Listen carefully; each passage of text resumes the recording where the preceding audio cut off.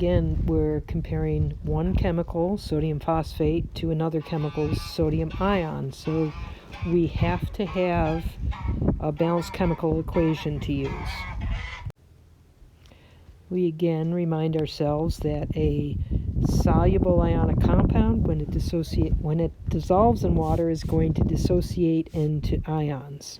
In this case, sodium phosphate is going to release 3 moles of sodium ions and 1 mole of phosphate ions for each mole of sodium phosphate.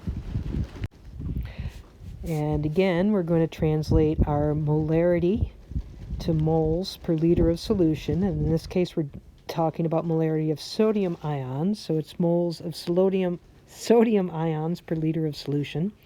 We need to determine our mole-to-mole ratio so that the units of moles sodium ion cancel out, and we end up with moles of sodium phosphate.